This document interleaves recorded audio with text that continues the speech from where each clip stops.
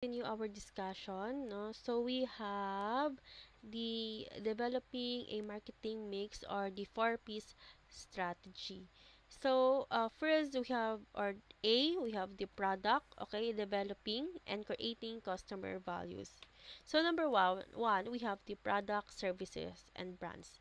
So when we say product, so products are tangible goods or intangible. So, pag ginhambal natin nga tangible, yung makaptan, intangible is hindi. So, services that satisfies customer needs and wants. So, in simple terms, these are things that people buy or use para masatisfy nandang-andangan needs like kabala ka mga smartphones, no, mga cars, no. And when we say services, intangible offerings that provide benefits to customers such as consulting, maintenance, or after-sales supports. So, services, so these are tasks or activities that provides benefits like kung consulting or mag-consult ikaw or the customer support. So brands, so these are brands is distinctive names, designs, symbols, or features that differentiate products or services from competitors and create values for consumers.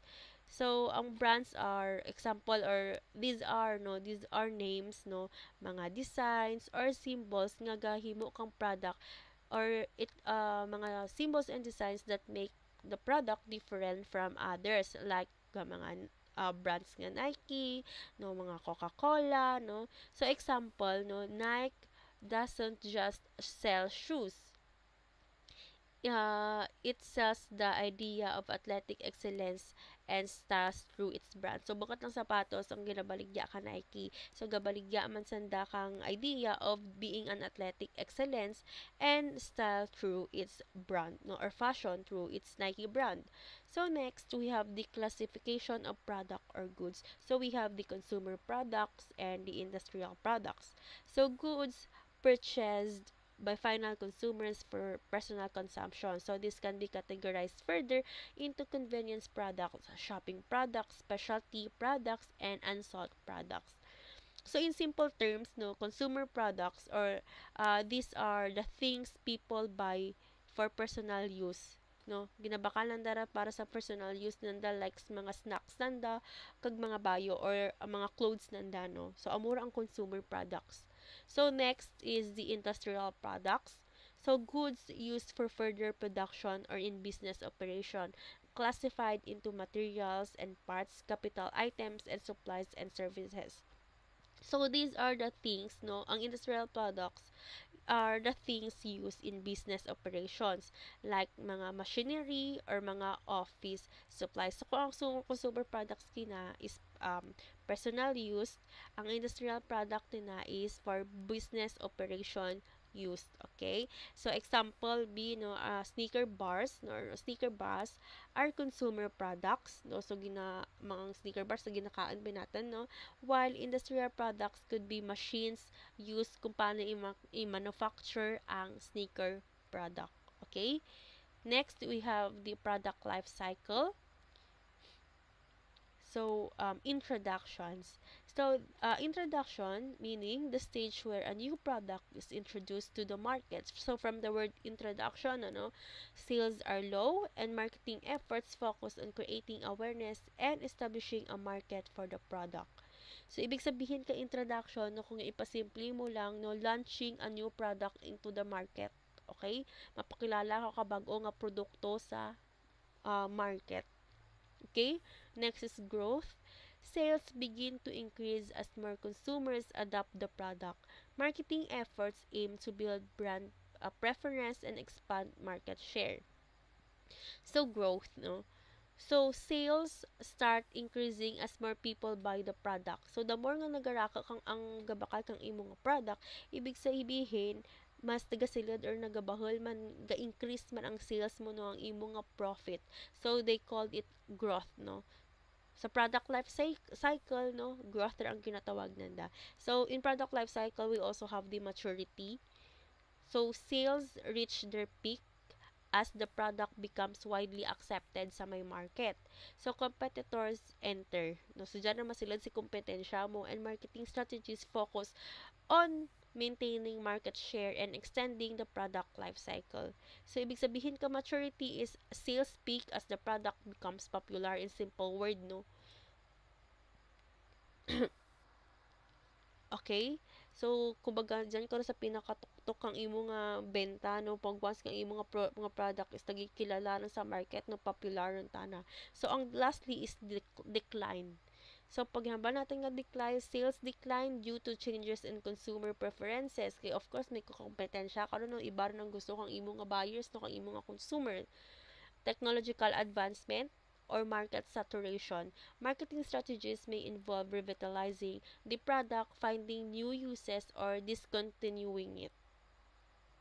So, ibig sabihin ka decline, no, sales start to decrease, no, kaumpisa na ba ang imo nga sales because the products become outdated. So, amo ganilang ginahambalan no akong dasig ang evolvement kang innovation, kaya dapat sabayan man ang ka-product mo, no, kay malugi gid mo kung ang imo nga business is outdated. So, diyan na masilad si decline. So, take note ha, in product life cycle, we have the introduction, launching a new product into the market. Growth, sales start increasing as more people buy the product. Maturity, sales peak as the product becomes popular, and decline, sales start to decrease as the product becomes outdated. Okay? So, sara ka ng example, Abi, no, sa product life cycle is the iPhone. The iPhone went through these stages, no, gin-introduce na ang first iPhone, no, and then nag-grow grow in popularity with each new version, no? So kada tuig bago ang iPhone 7, iPhone um X, no, iPhone XR, iPhone 11, 12, 13, 14, nasa nga kadya latest is 15, no. So next year or this year baka magka 16 na, no. And nag-reach they reached the maturity with widespread adoption, and is now facing some decline as new models are introduced. Pero for me, on my own opinion, wala magyapon ti makatalo kay iPhone, no. So, bisan hindi ko kaya puro lang ang mga tao naka-iPhone, no. Pero siguro kung once ka may makita gid guro ang taho nga makaperdi kay iPhone, siguro maybe si Tesla, no, in the future, no. So maybe ma-decline ang sales ni iPhone. Okay, so next we have the product mix and product line. So when we say product mix, no, the complete set of products and services offered by a company to meet the needs and wants of its target market. So it includes all products lines and individual products offered by the company. So ibig sabihin kang product mix is all the products and service a company offers. Okay? So, in simple term, tanan nga produkto or services nga gina-offer kang kumpanya. So, that is product mix. Pag ginambal natin nga product line, excuse me, a group of related products marketed by the same company under one brand. Product lines may vary in terms of features, no, quality, presyo, and the target market.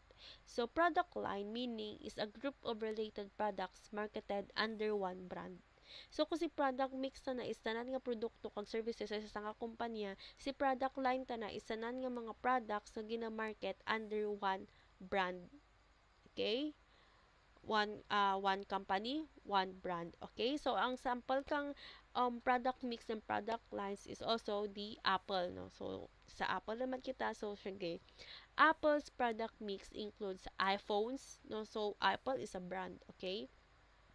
So, Apple's product mix includes iPhones, no? Makakita ko to ka iPhones, also iPads, no?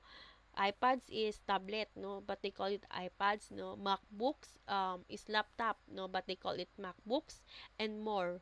While the iPhone product line includes different models like the iPhone 12, iPhone 13, no, iPhone 14. When we say iPads, we have the iPad 8th gen, iPad 9th gen, iPad Pro, no, and also MacBooks, no, MacBooks 14, no, so something like that. So that is the product mix and product line. Okay. So next is the new product planning. and development. So, new product strategy. Okay. So we have the market gap analysis. So identifying gaps or unmet needs in the market that present opportunities for new product development. So pag ginhambal natin ng market gap analysis, so ibig sabihin it's finding needs in the market that aren't being met or ang kumbaga wala natin na hit, no? So, ang murang market gap analysis, no? So, gina-identify natin ang gaps or ang mga needs nga wala natin ma-hit sa market. Okay? So, competitive analysis. So, assessing competitors' products and strategies to identify areas where a new product can differentiate and compete effectively.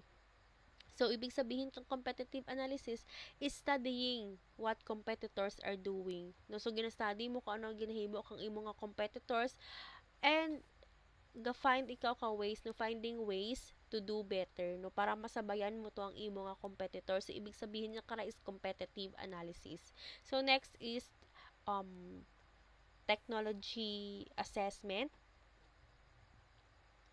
Okay, so when we say technology assessment, evaluating emerging technologies and trends that can be leveraged to develop innovative products. So, ibig sabihin kara is looking at new technologies no, or galantaw ikaw ka mga bagong nga technologies that can be used to make innovative products. Okay, so example no ang Tesla. So, Tesla identified a market gap for electric cars that were stylish and had long-range capabilities which they filled with their innovative electric vehicles. No, so si Tesla bay ka dyan, no, gina-promote na ang sarakyan nga kumbaga hindi mo rin kailangan nga mag-drive. No, so amor ang pinagkaiba ni Tesla sa iba nga sarakyan, no.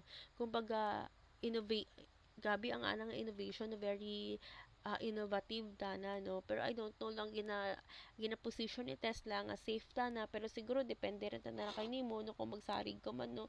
Si kung you okay lang kay nimo so why not, no. Pero kung ikaw personally, di ba, do hindi mo man kaya nga kumbaga system lang ang drive sa sarakyan mo, ibagitan na kung ikaw, diba? So okay, so next is okay, moment. We have the new product planning and development process.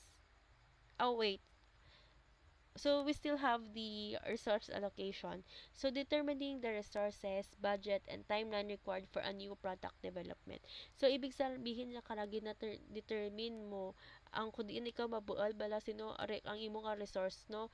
Also gina-determine mo man ang budget, no, kung pira ang igastuson mo and kung ano kalawid ang gina-required para ma-develop ang product karaan. So, ang tawag diyan kara is resource allocation. And lastly, we have the risk management. So, risk management, identifying potential risk. So, i-identify nyo kung ano ang mga, while nga ginahimo nyo ang bago nga product, kara, ano ang pwede nga mga potential nga matabo. Ano ang mga uncertainties associated with new product development and devising strategies to mitigate them. So, kumbaga, ano ang pwede nga matabo while ginahimo mo ang bago mo nga product. And also, gina-devise yung manta na gabuhat ka man ka strategies para ma-mitigate or kung paano mo ra maiwasan. So, they called it risk management. So, next, we have the moment, new product planning and development process. So, first, we have the idea generation. So when we say idea generation, generating ideas for new products through brainstorming, customer feedback, and market research and collaboration with stakeholder. So ibig sabihin kang idea generation in simple terms is coming up with new product ideas. So ga-brainstorming ka mo para maka-come up ka mo kang bago nga product ideas, no. Ano pa gid ang mga product ka pwede natin himuon, no, nga malapawan to ang sangka product ka ginhimo natin last year. Okay? So, next is idea screening. So, evaluating and prioritizing products ideas based on criteria such as market potential, feasibility, alignment with company goals, and resource requirements. So, in simple terms again, idea screening meaning is choosing the best ideas to develop further. Okay? So, gapili ko kung pinaka the best nga idea nga ihimuon yun, no? And next is concept development and testing.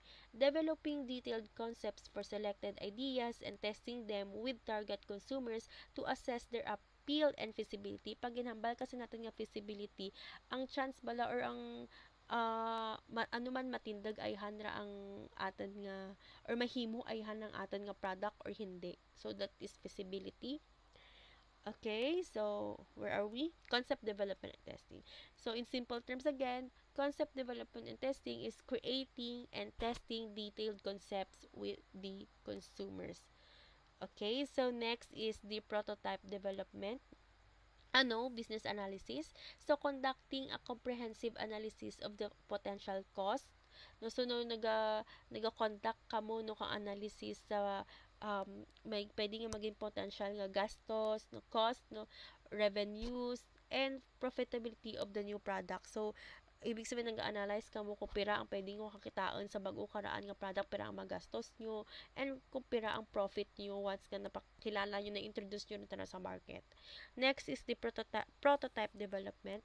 So creating prototypes or samples of the product no to test functionality, design and performance. So before nandara ikinapakilala sa market or ibaligyan, no, so gato ga himo ani sanda ka prototype development. So sample kumbaga, no, para makita nanda nga kung effective rin tana or kung pwede rin tana introduce sa market, no? So they called it prototype development.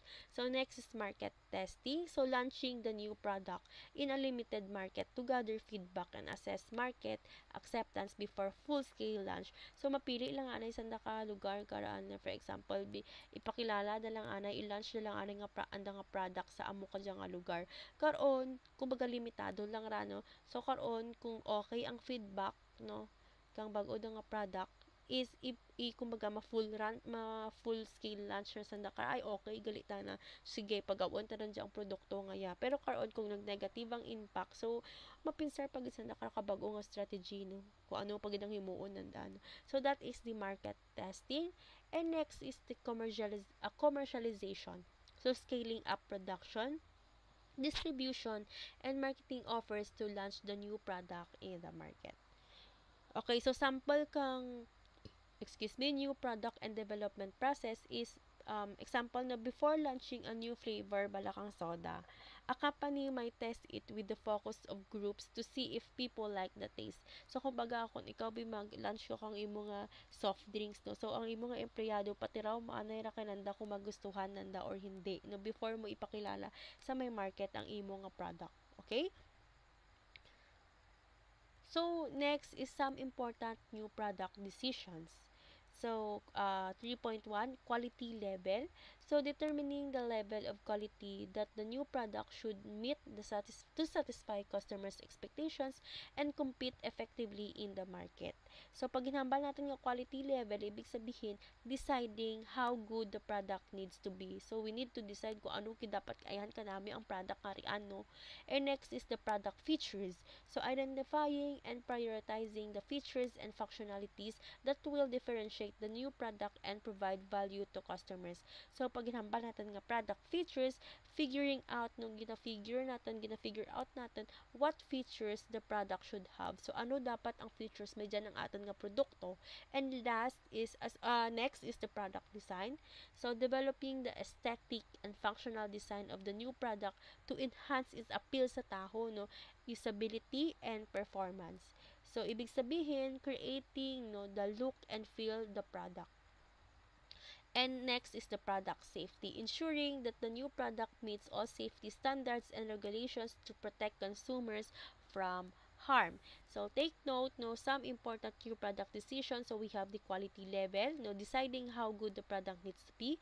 Product features, figuring out what features the product should have. Product design, creating the look and feel the product. And the product safety, ensuring the safety standards and regulations to protect our consumers. Okay? So, example, no? Example kang some important new product decisions are Apple, of course, no? So, Apple focuses on high-quality designs and user-friendly features in its products like the iPhone and MacBook. And, lastly is the causes of new product failure. So, ano ang mga rason nga andot ang saka product is naga-fail sa market? So, first is poor market understanding. So, inadequate market research or misjudgment of customer needs and preferences. So, ibig sabihin is not knowing what customer wants. So, wala natin ginalanto kung ano man ayhan ang kailangan kang aton nga customers, no? So, that is poor market understanding. So, next is weak differentiation. So, failure to differentiate the new product from existing offerings in the market. Meaning to say, not making the product different enough from competitors. Kumbaga, do ginuwad mo lang ang product ang imong competitors, wala ka timagin highlight or wala tini something nga kakaiba sa imong product.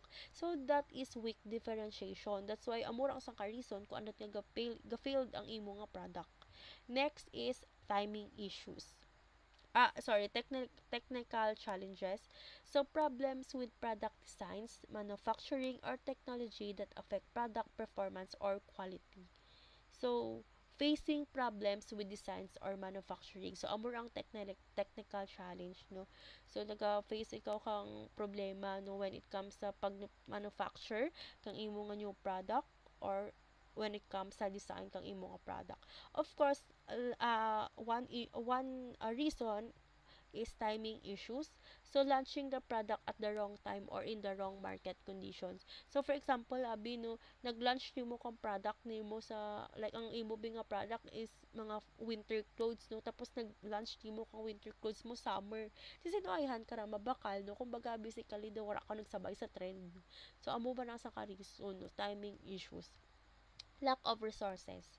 Insufficient resources, budget, or expertise to support effective new product development and launch. So, saraman nga rason kung wala ikaw ang imo nga resources is kulang man ang imo nga budget, no, para magbuhat kang bago nga product, no, ang imo nga expertise, no, to support effective new product development and launch. And lastly is the competitive pressure. So, strong competition or aggressive competitive response that hinder the success of the new product. So, ibig sabihin no, kuwari, naglabas ko kabag-o mo nga product, pero ang imong nga competitor is competitive or aggressive. No? Paglabas mo kabag-o mo nga product, naglabas pagita na to kabag-o mo nga product. Kabag-o nga product, mas gisapawan na pag ito ang imo. No? So, that is the competitive pressure. Okay, so, sara nga example kang causes of new product failure is Google Glass. So, Google Glass failed because it didn't solve a clear customer need and faced technical challenges when its designs and functionality. Okay? So, addressing these factors is essential for a successful new product, planning, development, ensuring that your products meets customer needs, create value, and achieve sustainable growth for the company. Of course, no, by understanding this aspect, companies can develop successful products nga ma-meet nanda ang customer needs nanda and to achieve growth. Okay?